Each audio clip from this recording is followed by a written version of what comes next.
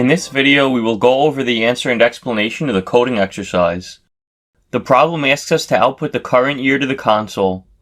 When we want to work with dates and times in C++, the first step is to include ctime, as we learned earlier in this section, as it gives us access to important date and time classes.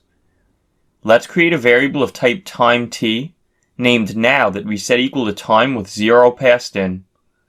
Then we will create a pointer of type tm that we name now local time, which we set to local time with ampersand now passed in.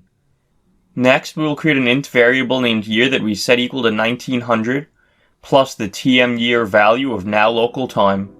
And finally, we will output year to the console. When we run the code to check our solution, notice that it works, meaning we correctly solved the problem.